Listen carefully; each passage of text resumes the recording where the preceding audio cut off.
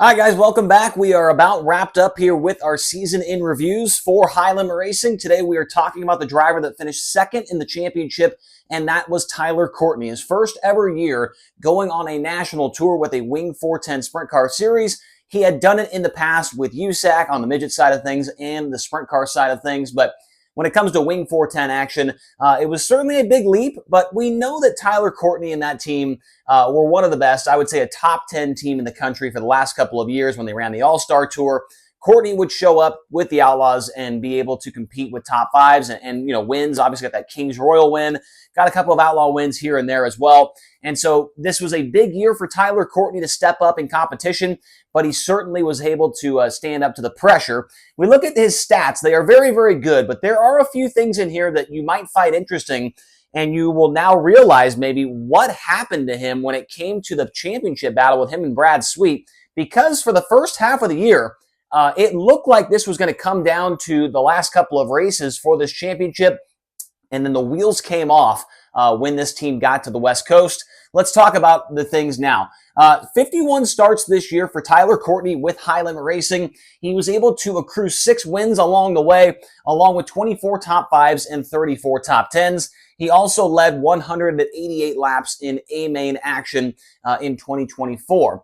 As we mentioned, he did finish second in the championship standings, and he barely hung on to the Midweek Money Series Points Championship during that last race at I-70 Speedway. Came down to the final lap, and he held on just barely over Brad Sweet.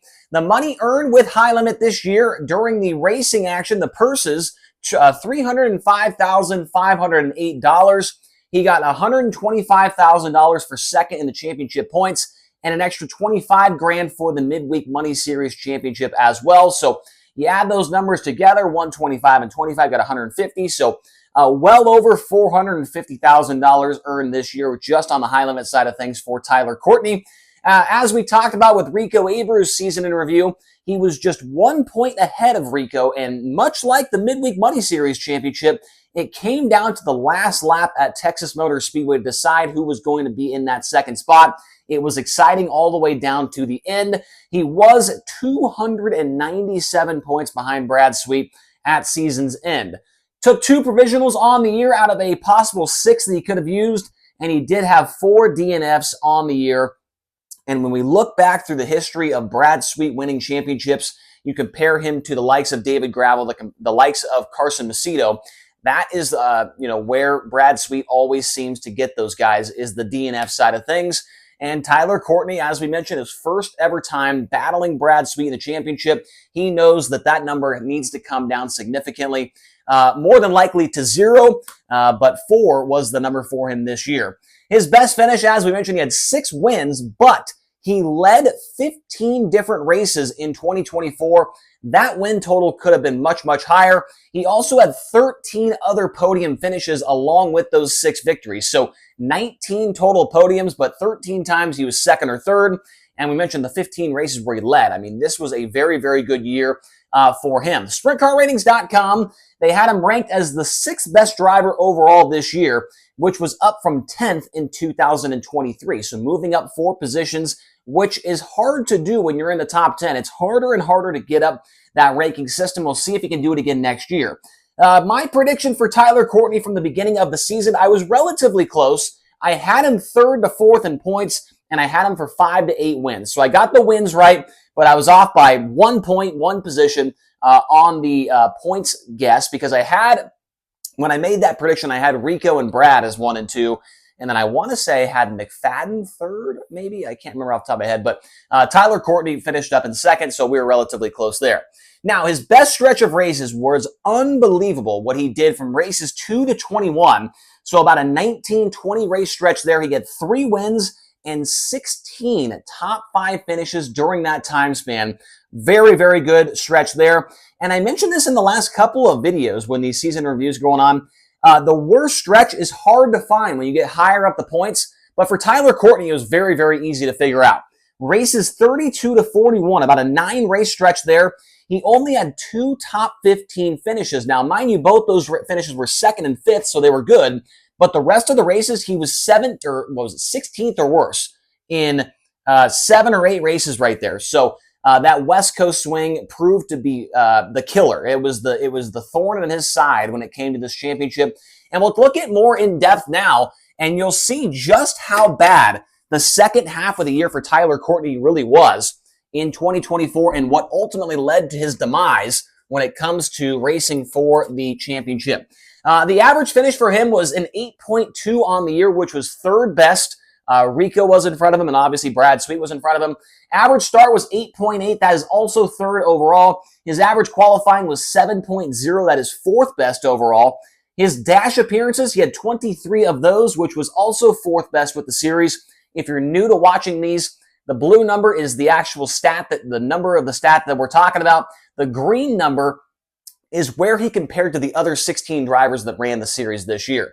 His dash wins, he had 4 of those, which was a 3-way tie for first place overall. His hard chargers, he had 2 of those, a 6-way tie for 6th overall. Quick times, he only had 3 of those. He wasn't very good when it came to the quick time department. He was tied for 9th with one other driver. His B-main appearances, this is another thing he's going to need to clean up next year. He had 6 B-main appearances, which was a 2-way tie for 5th best. So when we look at Brad Sweet here in a couple days, you'll notice that he was not in the B-main very often, if at all. I think it was once off the top of my head, but we'll have to wait and see when that video comes out. His average redraw wheel, so he was in the dash 23 times. Whenever he spun the redraw wheel, on average, it was a 15. That is a 5-way tie for 5th best in the series. Now moving our way over here, his heat race wins. He was very good in the heat race, 12 wins, which is a 3-way tie for 2nd best with the series. Top 5 efficiency, he had 22 top 5 starts, which resulted in 18 top 5 finishes. That is 81% of the time when he started in the top 5, he would finish there. That is 3rd best overall. The number gets better, the percentage gets better, but the position in the overall series gets worse. The top 10 efficiency, 33 top 10 starts and 28 top 10 finishes, 84%, but he drops to 5th best with the series in that stat category. Then looking at the plus-minus department, he's a guy that starts up front quite a bit, so that plus-minus is not going to be astronomical. Plus 31, still pretty good, but that is 10th best overall in 2024. Races where he finished ahead of where he started at, so races with a positive plus-minus, was a 32, which was a 3-way tie for 3rd best overall. Now, this is where things get very interesting, at least for me. I had to do the math on this 3 times to make sure I had it right. His average finish from the first 25 races, we saw it there in that best stretch on the other board, was 5.6. Absolutely fantastic. But in the second half of the year, the second 24 races, in 11.0. He was almost, 5.5 positions worse from the first half to the second half of the year. And that was the dagger in his back right there when it came to losing out on that championship fight. The West Coast swing, even though he was able to win a race, even though he got like a podium or 2, Skagit was horrible. Silver Dollar was horrible. I mean, there was a lot of wrecks in there, a lot of things that were out of his control. He wrecked every night at Skagit, and I would say all of them weren't even his fault, but he was just in the wrong place at the wrong time. 11.0. I mean, those are numbers from guys that were finishing 12th and through 16th in points. Not very good there, but what can you do now, man? I mean, you got to just put your head down and keep going for next year. Average pill draw was a 33, so whenever he went up to spin the wheel for the pill draw to find out where he qualified, that number on average was a 33, which was a 5-way tie for 10th best overall in 2024. And now for our final portion of this season in review, we will hear from the people on the community tab here for our YouTube channel and see what everybody thought about his season.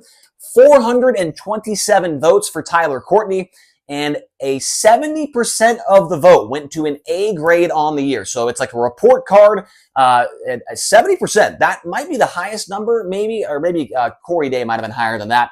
But a very, very good year nonetheless for Tyler Courtney. B was 26%, and C, I just don't understand who put C. 4%? Like how?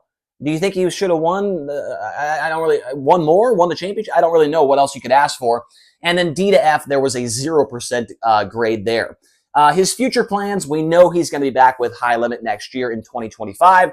Now, going over to the comment section on that community tab post, want to read a couple of these and see what some of you guys said about his season. We've got Racing Vagabond, one of our channel members, Easy A definitely answered the question of whether or not he could compete against the top drivers on a consistent basis. I would agree with that. We've got MFW3044.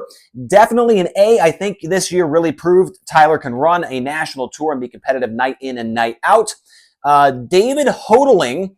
Tyler definitely gave high limit and the Outlaws pressure at every event, which didn't matter what tracks or competition. He and his NOS team were a threat every night.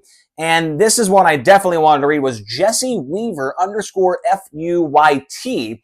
I chose a C, reasons why everyone, no matter who you are, can always use an improvement. I am curious to see what Jesse Weaver puts down for Brad Sweet. I mean, a C for Ty. I just don't agree with you, Jesse. Sorry about that, man. But a C grade for a guy that had a second place in points, 6 wins. He made $450,000. He was just fantastic all year long. He led 15 races. I mean, how can you give a guy a C like that? I don't really get it. But hey, to each their own. So hopefully you guys enjoyed this video. Make sure to hit subscribe, hit the like button, and comment down below what did you think about Tyler Courtney's season.